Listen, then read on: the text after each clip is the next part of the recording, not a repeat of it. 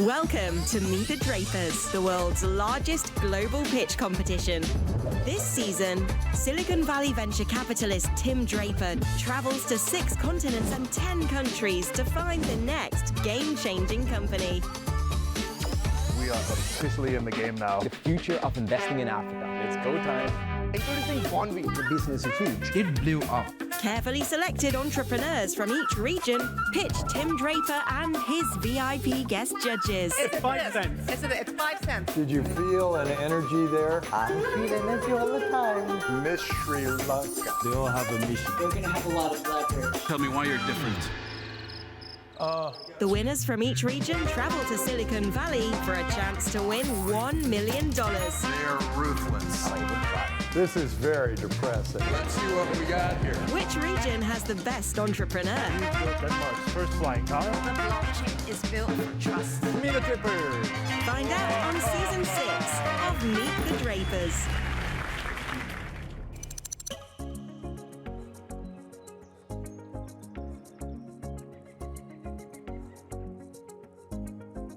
If it excites you, you might just have to be an entrepreneur. It's interesting. Tell me what this is. Sharing and selling ideas. Like replacing patents. Using data to get insights. And then you can act on the instant. So this helps me go to an event? I'm here at an event. Yeah, really. Wait, but I didn't need you. Why do I need you? And how's your business doing now? Gaining traction. That's good to hear. I like our The tie? Yeah. Gee, Okay, yes. How are can you? we take a photo? Draper. Sir. Hey, how are you? Big. Hopefully I'll be a big fan of yours too. Yeah. You have something in your heart that says, oh my God, I've got to change it.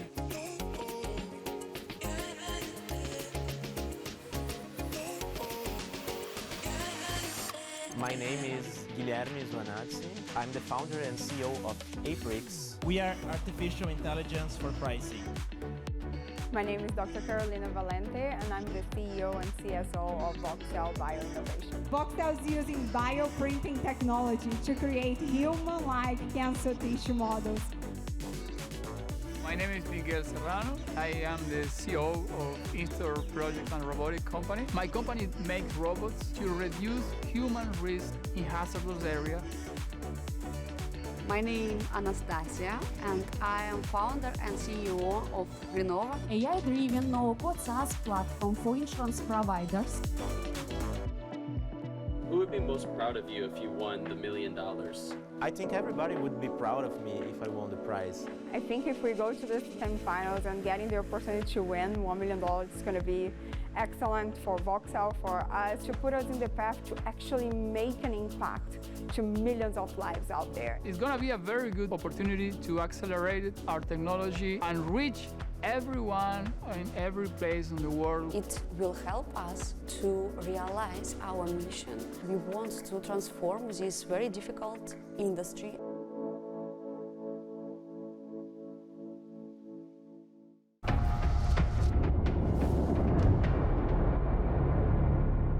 Welcome everybody to Meet the Drapers! Welcome! We're here at Websummit in Rio de Janeiro. Boy, is this place amazing. Today is a very special day because I have 2 amazing guest judges. This is Cristiana Arcangeli. She is a serial entrepreneur and she was a host on Shark Tank. She is also a teacher, writer, international speaker. And on my left, we have Luis Justo. For the past 12 years, he served as CEO of Rock World, leading projects such as Rock in Rio. He's a professional speaker, investor, board member. What you both don't know is that I'm now going to adopt you both into the Draper family.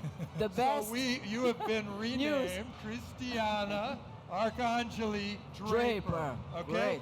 And you are Luis Justo Draper. So welcome to the family. It's great to have you. We're here at Websummit. 25,000 people here. Do either of you have good tips on how best to network? For me, network is donation. When you're nice to people, when you donate something, at the end, this person connects to you, and when you need anything from them, they are very willing to help you also. It's much more than taking just a picture or exchanging a card. It's seeing how you can help them and then they will help you back. How about you, Luis? I think that you should look for people that doesn't belong to your natural environment. So hang out here with people from different industries, looking for different content is the best way to improve your business, looking from outsiders and connecting with different people. Ooh, I like that. So now let's start the show. Let's bring on that first entrepreneur. But before we do, let's see what's going on behind the scenes.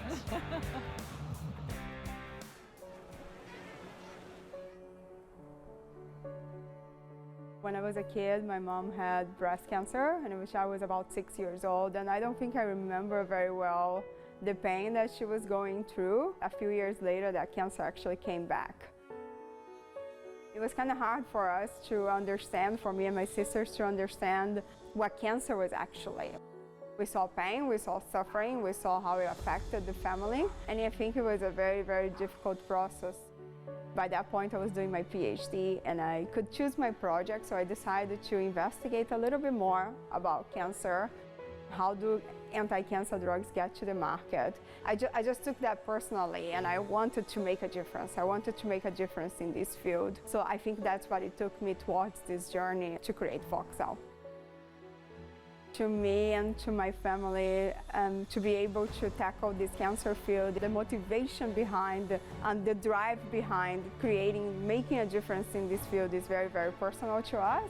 But I think it's also to a lot of people out there. Cancer is such a big disease. There is so much to be done in that field. And being one of the main companies doing that is very, very important to me and to everyone involved. I think if we go to the semifinals and getting the opportunity to win $1 million is going to be excellent for Voxcell, for us, to put us in the path of commercialization of these technologies, but also more important than that, to put us in the path to actually make an impact to millions of lives out there. And that's exactly what is driving us forward with this company.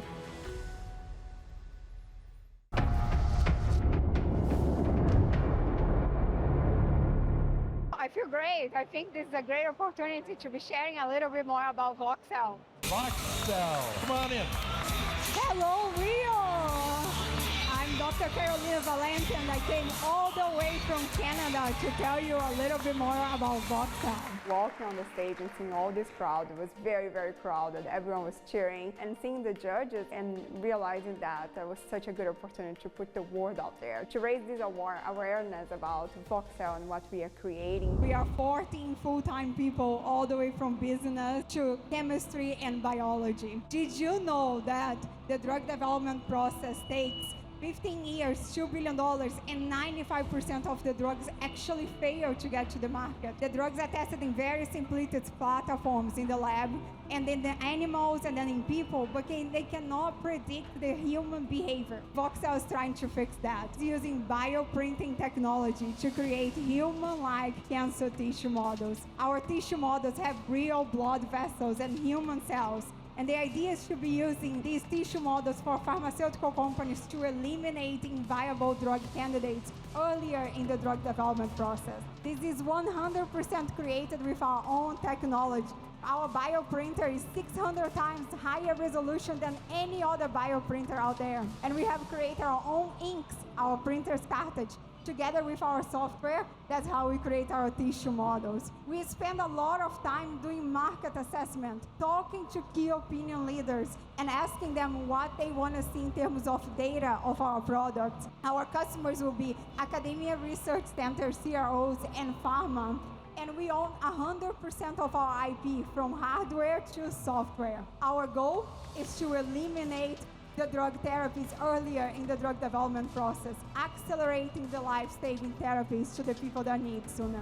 Thank you. So what you're doing is you're manufacturing cancers? Exactly. So you're making them. Why isn't it just as easy to do a biopsy and grow the cancer? I think in the beginning when Tim started really digging, I got a little bit worried, so I knew that I had to clarify and expand. Because it's hard to get biopsy samples, and biopsy samples are still coming from people, right? Right, but if I've got a cancer here and they pull it out of me, it's hard, but at least they know what that cancer looks like. How do you manufacture that cancer? Because I'm using your cells. I'm taking human cells and putting the tissue. And the idea with that is that we can create billions of those to screen multiple types of drugs. You're taking my cells from blood, just blood? Exactly. So we are taking human cells and creating personalized tissue models. So you can take my blood and then you can manufacture a cancer and you can put them together, but the cancer still doesn't necessarily look like the cancer in my body. It doesn't, but the idea is I can create thousands of the one that you have inside of your body, and we can test all the drugs before we test on you. So I can tell you, before I test on you, these drugs may work and these drugs will not work. So who's your customer? Do you have to sell to big pharma? So the tissues don't need FDA approval to go to the market. And the idea with the big customers is to be pharmaceutical companies and contract research organizations. So people that are screening drugs all the time, but they are looking for a better platform, for a platform that looks like you and me, that can create that artificial tissue model. So I felt when the questions were really going towards that personalized space, to that human sample space, I felt that I needed to bring it back to what we are actually doing at Voxcell and kind of to clarify a little bit more. So I was a little bit worried in the beginning, but in the end, I think I was able to clarify and highlight really what our differential is. There's supercomputers, quantum technology. They're able to do that, right? And they could outtake your business, do you think? I could see that Tim did not fully agree with that. I think he really got the point of what Voxcell is doing and what is the goal with our technology. The idea with the supercomputers is that they are screening the drugs, but the drugs that they select still need to be tested somewhere. They can screen the beginning, but they still need to test in a real platform. Pharmaceutical companies are still really looking for real data. So they can select and say, okay, these 25 drugs may work, but they still need to screen. So we think about them as an alliance, actually. You think they can complement what you're doing? Complement, exactly. Yeah. Our main differential is really the blood vessels, because we can create blood vessels, and that's how drugs are delivered in the body. So the pharmaceutical companies can inject the drugs through the blood vessels. And sometimes when you take a piece of the cancer, you don't get that blood vessel structure. Terrific. Carolina, thank you very much for being on Meet the Drapers. Thank you, all of you. All right, what do you think of Carolina? Voxcell really wants to make a difference. We are 14 people working quite hard with very diverse backgrounds. And they are the reason why I work so hard every single day. Having this amazing team building this technology with me is what is going to make a difference.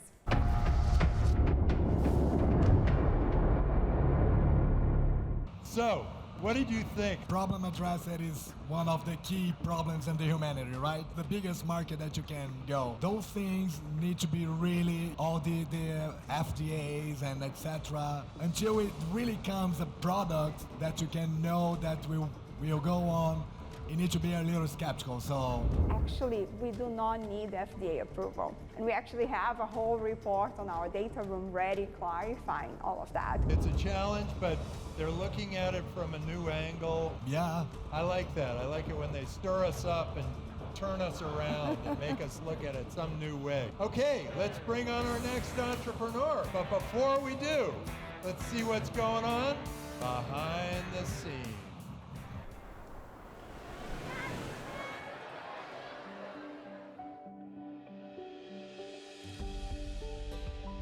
I always wanted to have a business. My father was an entrepreneur. Seeing him growing and dealing with the challenges of the entrepreneurial life inspired me to also have my own business and build it from my own hands. Being on entrepreneurship teaches you a lot of how to deal with challenges that life itself has. During the journey of building the business, I had a burnout like 2 years ago. At that time, it was really hard. You really question yourself, what are you doing? Maybe you are pushing too hard. But at the same time, it gives you a lesson about what are your limits. Maybe you are making too much pressure on yourself.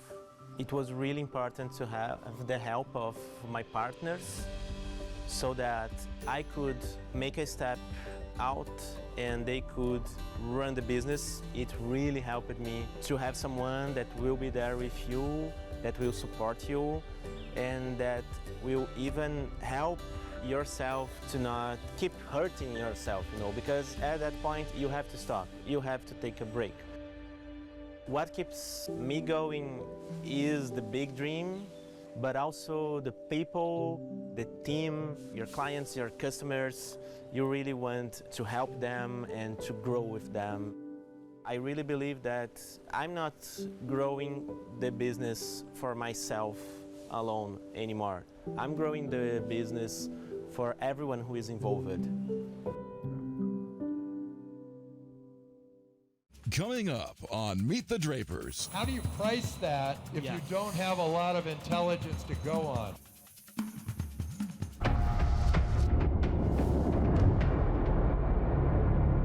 Welcome back to Meet the Drapers.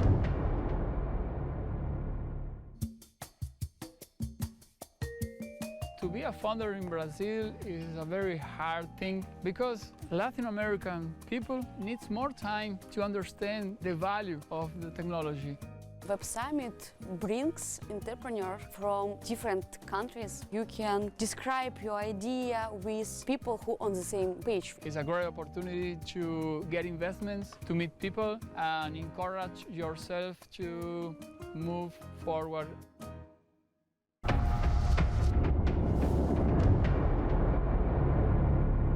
I am really excited, really happy, a little bit nervous, but I think I'm going to do okay. Hello, everyone. Hello, Tim. Excuse me. So I have a small gift for Tim. I hope he's going to like it. Small gift for the judges. Well, I hope you brought enough for everyone. Yeah. Giving the gift to Tim really helped to break the ice, and it made me more relaxed for the pitch. Little bit expensive. Are you bribing the judges?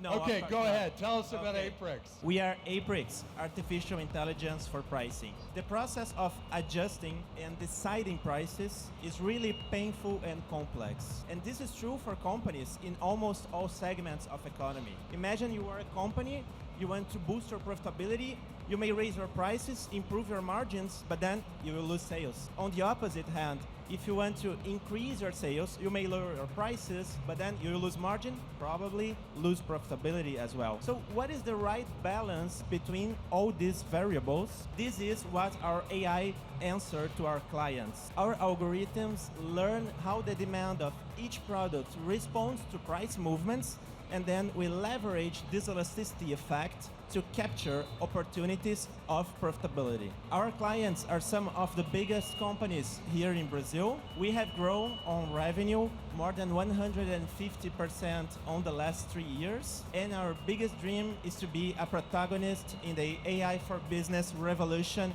on a global scale. So what you do is you use artificial intelligence to help companies price their products. Yes. Could this also be used for customers to see pricing? Yeah, that's true. And how do you handle load balancing in seasonal businesses? How do you price that if you don't have a lot of intelligence to go on?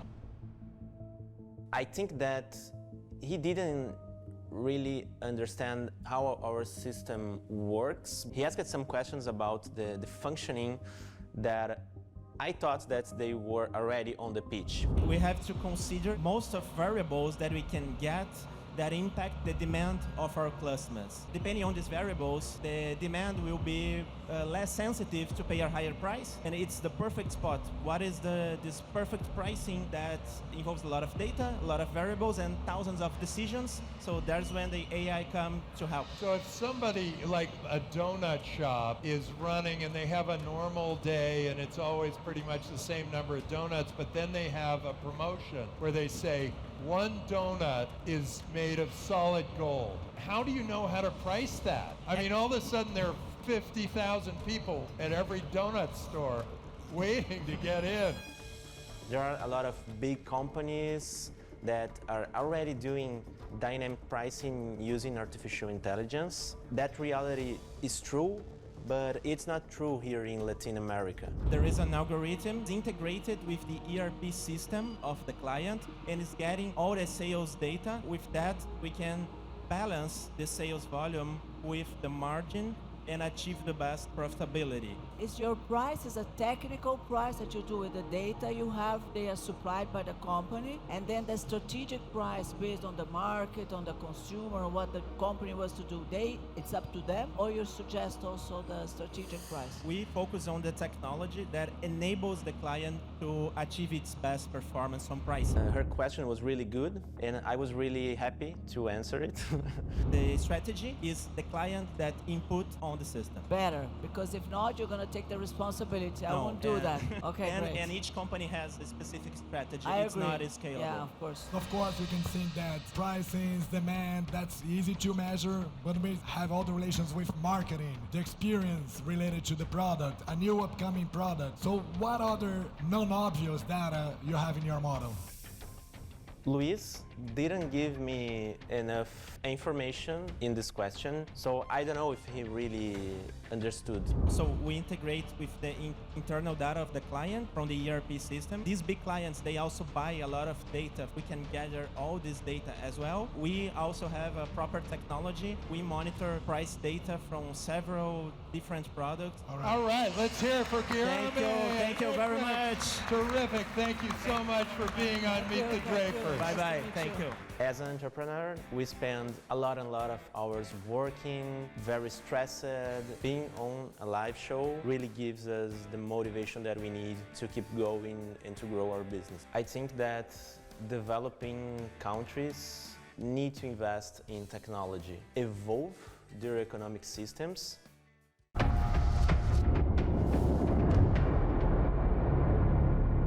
So, what did you two think of Aprix and Guilherme? I see he works with the data, so for big companies that's easy, they have it. I'm always worried about the small startups and the small companies. They are the ones that needed most this kind of help about the prices, because it's the biggest error I see. Right, I think small companies don't have the data, they need it the most, and they would be his first customers. Yes. They're easier to move. It's an entry, it's very easier good for entry. them to yeah, do it. because a big So demand. that may be a good strategy for him, is to create a platform where they can do all their KPIs. That Yes. could be really interesting. I think that it's a potential good product for a few companies. Small, addressable market, and I think that the market that can be addressed maybe are the ones that already know how to price. I think that could be a tough sell to scale really big, this one. Okay, let's bring on the next entrepreneur. But before we do, let's see what's going on behind the scenes.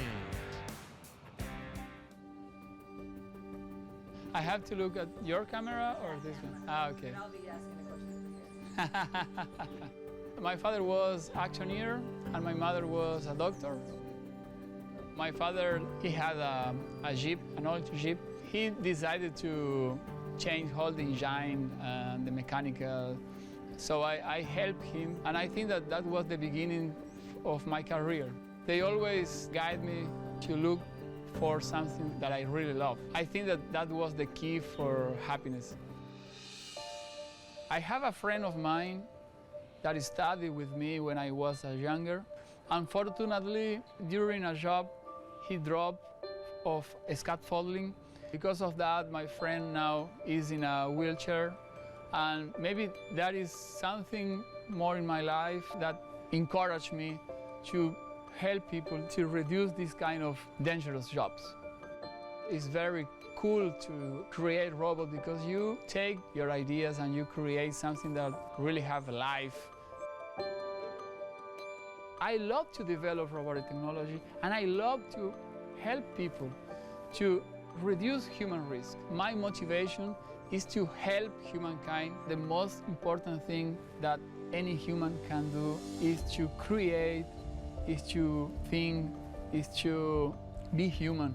I think that that is the main reason to create technology that help us. I am very excited to participate of this show It's the first time that I'm gonna participate in this kind of show. That is amazing to meet the Drapers. How many people can be there in that moment and shake the hands to Drapers. This show is very important for me to show what we have done, what we can do to contribute for the society, to the community. Coming up on Meet the Drapers. 15 years, you should be scaling already. Not so easy. Because you're not focusing.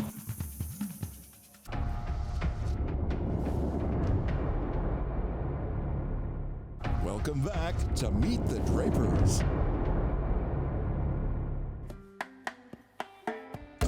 Being an entrepreneur in Brazil is a real challenge. But at the same time, we have a lot of things to do here, a lot of things to build here. It was a great experience to come all the way from Canada to Rio to come to Websummit. I was actually quite impressed about the quality of people that I met in here, the quality of the companies, and I think we got also the perspective to see what is happening here in South America. Promoting an event like Websummit is really important for the entrepreneurs to keep solving real problems.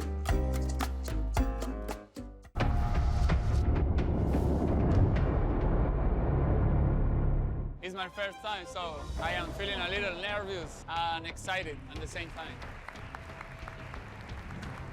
I was really nervous because I am an engineering guy. It is not usual for me to be in the front of an audience. Every year, hundreds of people die performing dangerous tasks in hazardous areas all around the world. In order to reduce human risk, people implement complicated procedures. Manual data collection is another issue. We develop tough and strong robots to perform dangerous tasks in hazardous areas 24 hours per day. During my pitch, something goes wrong with the video. When the video didn't play it, I really lose my pitch. Our robots use. So what do the robots do? Yeah, I'm trying to play the video. I saw how my competitor from Argentina stressed, and I nervous about him. I have to be more prepared for these kind of situations. Give me an example of what dangerous activity would they do, and is it dangerous for the robot too? Thanks to the questions, I started to go back to my original pitch. The robot reduces risk to people. We use machine learning, artificial intelligence, and autonomous navigation systems to perform safe missions and bring online information. Our robotic technology is applied to billion-dollar markets like oil and gas, mining, logistics, and healthcare. Our business model is B2B. So you make the robots and then you rent them out. Yeah, so they go and they work on a mine, then they work on an oil rig, then they work somewhere else. Yeah, it was very, very hard and difficult because I can't show to them what I really do, what my company can do. We are a hardware and software company. We try to offer service to the companies. We have already 30 robots working on mining and oil and gas companies. How old is the company? How many years? 15 years. 15. I was a little bit surprised. You have so many markets you are addressing, and now you are addressing many countries. I feel you need a little bit more focus. I am trying to look for some companies or some new partners outside Latin America to focus in just one solution in one market. For example, I see a big opportunity with the firemen, for example. Yeah. So, isn't it? Yeah, of course. Are you working with firemen or not? Not yet. But this is a huge opportunity, no? Yeah, of course. 15 years, you should be scaling already. Yeah, but robotics is not so easy. I know, but because you're not focusing. Try to focus. American people has told me that I have to choose just one way and go on. This is something that I really I am starting to do. Also, robots have taken a long time to be worth something, and now They might be. Anyway, welcome. Thank you so much, Miguel, for being on the show. Welcome to Meet the Drapers. I really would like to have a second opportunity to show to them about our unique business. During these brief 2 minutes, you can lose everything. In fact, you lose your opportunity to show how big is your project, how big is your idea.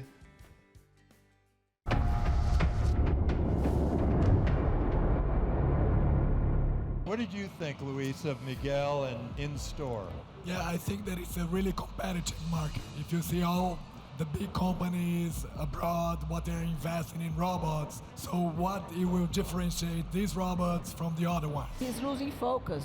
I mean, many countries, many markets, if he chooses something, he has an opportunity. But 15 years, he should be scaling already. So when you looked in his eyes, what did you see? Lost. It's been a tough business, tough to be a robotics engineer over the last 15 or 20 years. Okay, let's bring on our next entrepreneur. But before we do, let's see what's going on behind the scenes. Behind the scenes. As a child, 14 years, I doing a ballroom dance. After I got a spinal injury, I understood that I want to create something that don't be influenced with my daily activities, and I want to create something what I need to scale intellectually. I'm the only child, and my parents was born me when they was old, and they tried to invest a lot to my education, and I had a lot of hobbies, and I did everything, and now our role changed, and I tried to give my parents and my family a lot of opportunities. I was born in a very small town in the north of Russia. When I came to my city, I feel support. I know people know me, and it gives me some energy to continue, because I look at this, a lot of people involved in my story, and I want to do something very big. Maybe that's why I have a very big motivation too, because I want to hurry up to do a lot of interesting things, and for me it is a new level, it's interesting. All of us have 24 hours per day, but one of us, it is people who launch a rocket, and another one who didn't do anything. And I want to do something transformative.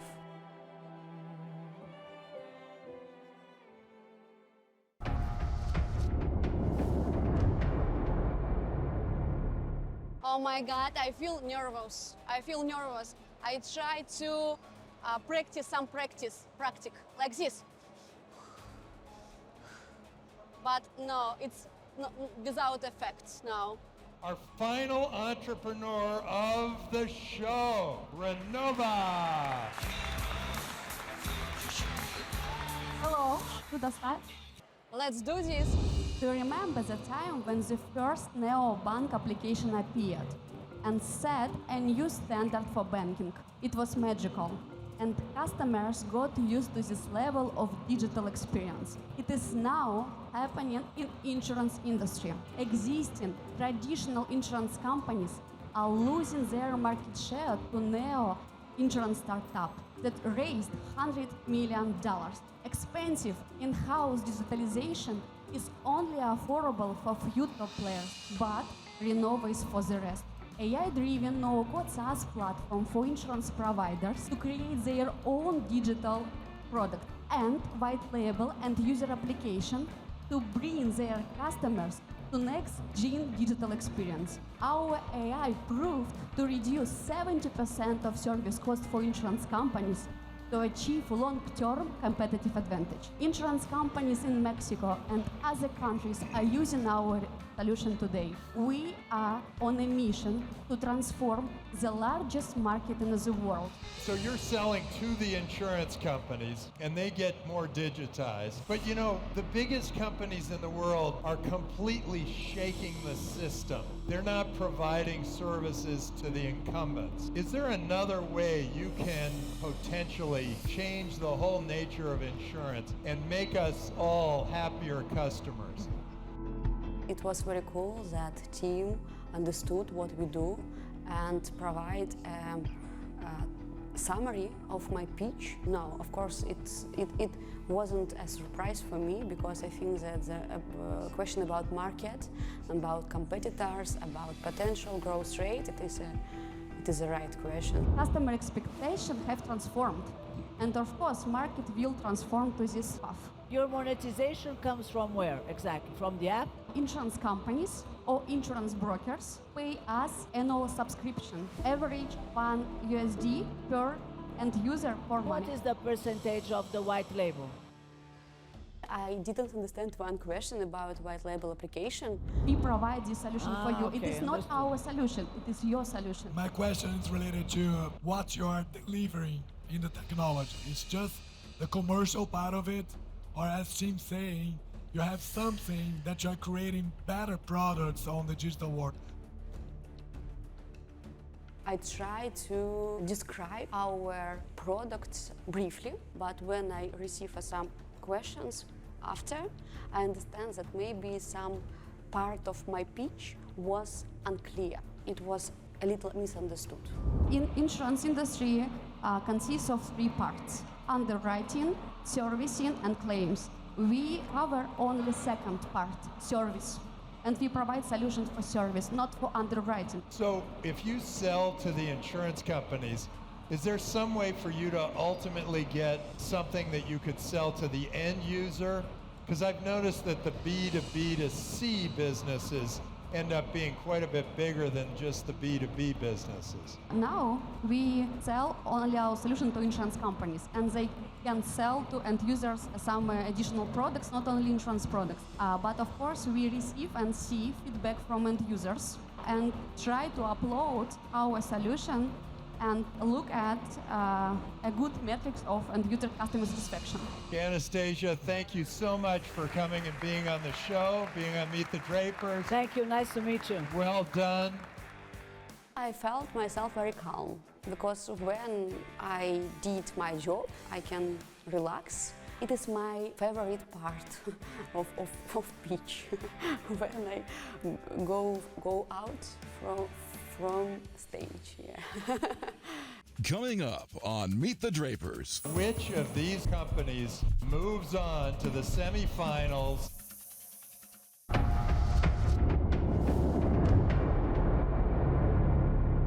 Welcome back to Meet the Drapers.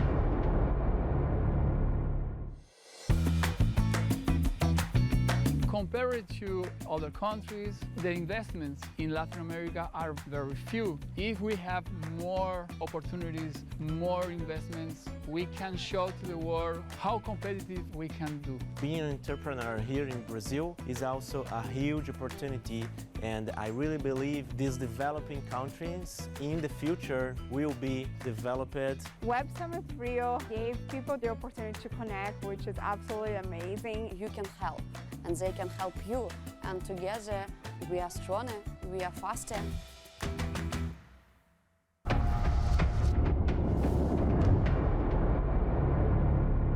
How about her eyes? Very Yeah, good. she's got fire in her Yes, eyes. she does. I thought so Very too. good. Yeah, I looked and I thought, wow, I think she should be going to Draper University. Yes, She's got this real fire Yes, to she her. has. What did you think? Yeah, I think that is right that. I think that is a good entrepreneur, maybe with not the best idea. For me, it looks like more e-commerce to insurance companies that are really insurance service for insurance companies to go digital, right? But she's nice, so maybe pivoting the business could be, something relevant. So now it comes to the very difficult time we will have of evaluating which of these four companies moves on to the semifinals and the chance to get $1 million investment from Draper Associates. Here's what's fun about this show. You can vote, you can be a judge. Go to meetthedrapers.com, invest through our game. We can say whatever we want, I know. But the crystal ball makes the final decision. And so what we're gonna do is we're gonna invite them all back up on stage.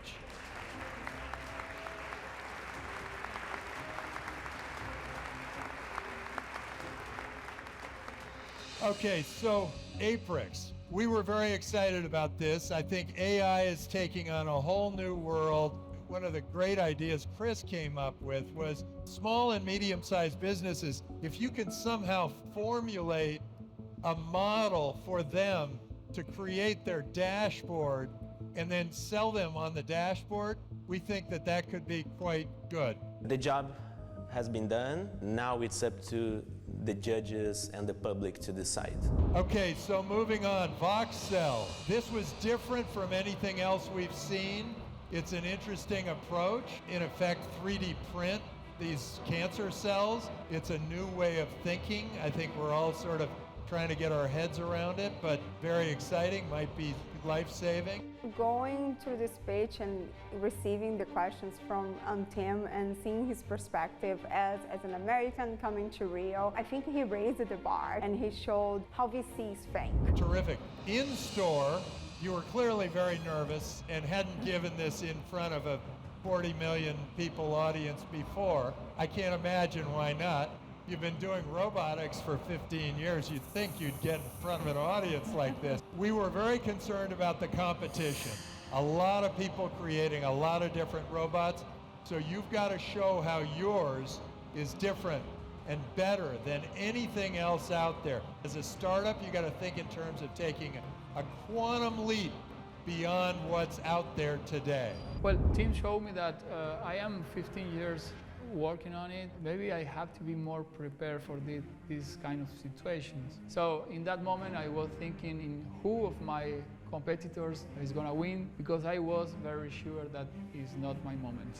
Renova, we thought you had a lot of potential. Selling to insurance companies is sort of meh, and you've got to get beyond that to sort of where this is going to be a model for the future of all insurance everywhere. Insurance is a disaster. It's the worst service, the highest cost. We need a total overhaul of the system.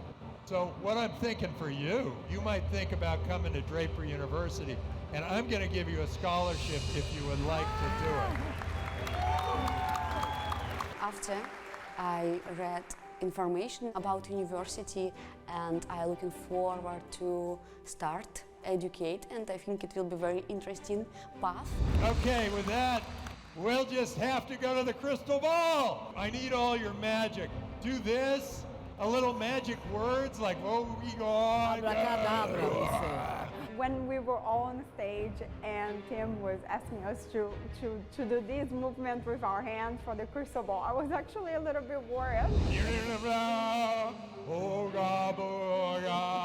I really like this style. It's very crazy. I look at my competitors, no one laughed, and I think, oh my God, they are taller, without laugh, very serious people.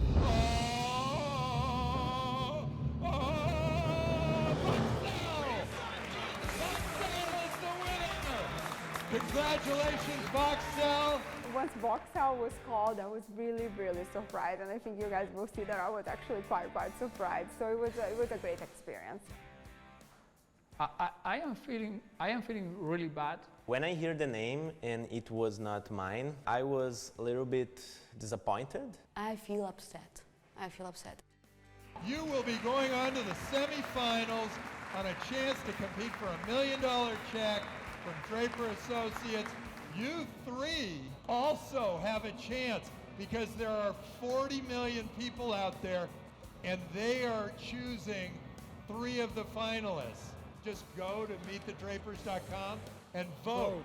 I really would like to have a second opportunity to show to them about our unique business. We'll be more prepared for the next time. What I'm going to do now to receive votes is that I will send it to all my friends, ask everybody to share, and hopefully we can compete again on the next episode. Of course, we have an opportunity and we need to receive votes. And I feel it is not the end of our story. Oh, I'm so excited, I'm so happy. I was not expecting, the other people were also so amazing, so I was very, very surprised, but of course, very, very grateful. See you next time on Meet the Drapers!